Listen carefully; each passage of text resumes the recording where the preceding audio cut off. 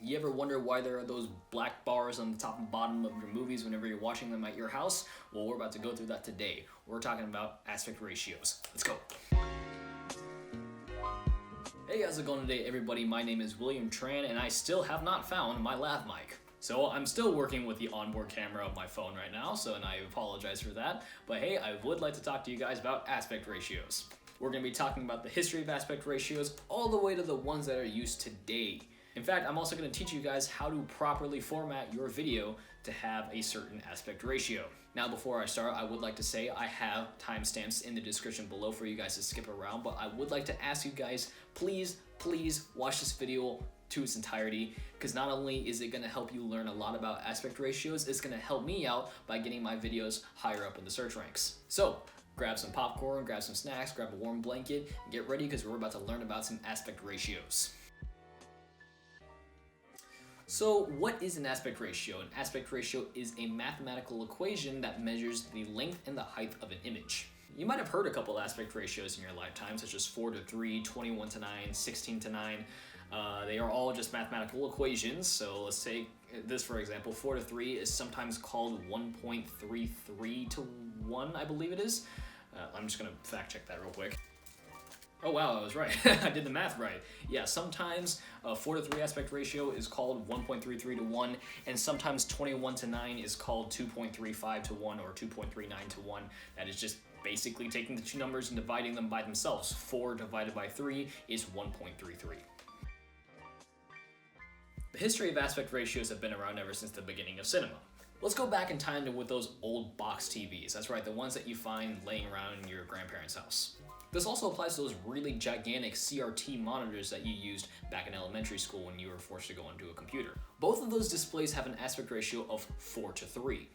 Back in the day, those box TVs with a 4:3 aspect ratio were the standard, and at a certain point, people didn't like that look because of how constrictive it was. It was just a square box without a whole lot of room to move. Some filmmakers even tried to fool people by cutting off the tops and bottoms of the film strip in order to make it seem like it was a wider screen that they were looking at. That's where those black bars first came in. Unfortunately, those filmmakers only got away with that for about 5 minutes because people started to realize that, oh, you only cut off the tops and the bottoms of the film strip. That didn't help. That's whenever we had to get handy and we invented the anamorphic lens. What that did was actually squish the image inward, which it was able to take in a wider field of view, and then they stretched it out in post, resulting in a very nice and wide image. And that's where the aspect ratio 21:9 came to be.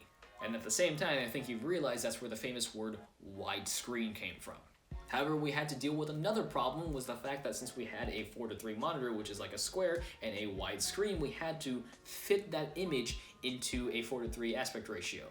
That's where those black bars actually came in, and it actually was wider, however the image was even smaller and harder to see. Then we had to come up with another display that can display both 4:3 and 21:9, and that's where the famous aspect ratio 16:9 came to be. 16:9 is now the standard aspect ratio in most screens that you have, such as your laptop, your TV, or your phone held sideways. There are even some times that movies even say that this film has been modified to fit your screen. What that specifically means is they are taking the original 21:9 widescreen footage and scaling it in to fit your 16:9 screen. And this is the reason why some shots in the film look off.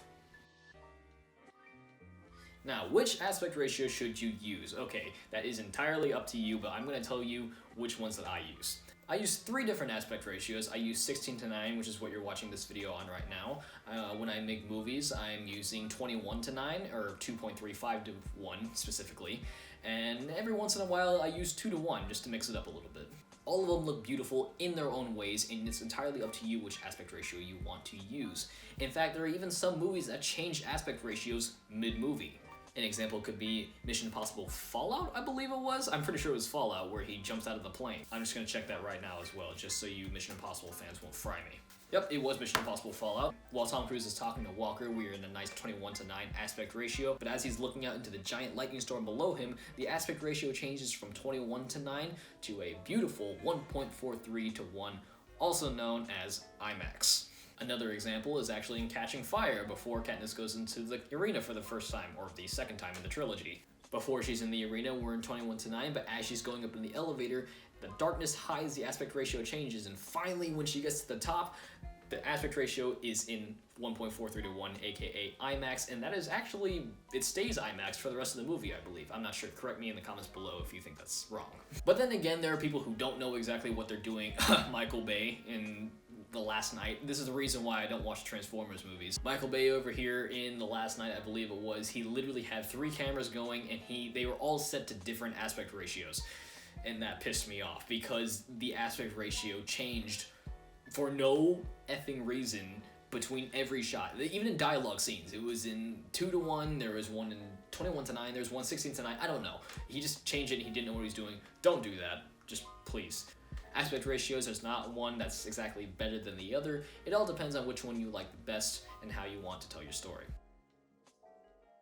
Now I'm going to teach you guys how to properly format your video to have a certain aspect ratio. Please, by God, please do not put a PNG file of black bars on top of your video.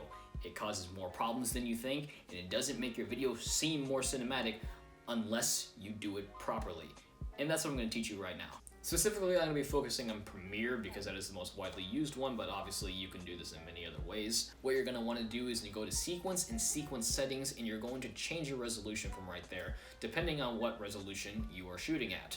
The most common one that you guys are using, which I'm going to keep it simple, let's say if you're filming from your iPhone like me right now, you're filming in 1920 by 1080. Now I have a very fancy aspect ratio cheat sheet that I always use, but I've generally remembered most of them. I say that as I'm looking up that cheat sheet right now. If you're shooting in 1920 by 1080 and you're wanting to go widescreen, you're going to want to be using 1920 by 817. Now obviously if you do the math, you divide 1920 by 817, you're going to get 2.35. Hence why it's called 2.35 to 1. If you want to shoot in 2 to 1, you're going to be using the aspect ratio 1920 by 960. If you want this awesome cheat sheet, I'll put it in links in the description below, and I actually use 2 of them, so one is obviously not better than the other, but you can use whichever one. They both give you the same information. And since I'm here, I also shoot in 4K whenever I'm making movies. I use a Canon C200. It's not my camera, it's actually my school's, but I use it anyway. Working in standard 4K, which is 3840 by 2160, your resolutions are going to be between, for widescreen, you're going to use 3840 by 1620, and between 3840 and 1620 and 3840 by 1634, I believe it is. Oh wow, I was right. Dude, I'm on top of it today. And if you want to work in 2 to 1 in 4K or 3840 by 2160, you're going to be using 3840 by 1920.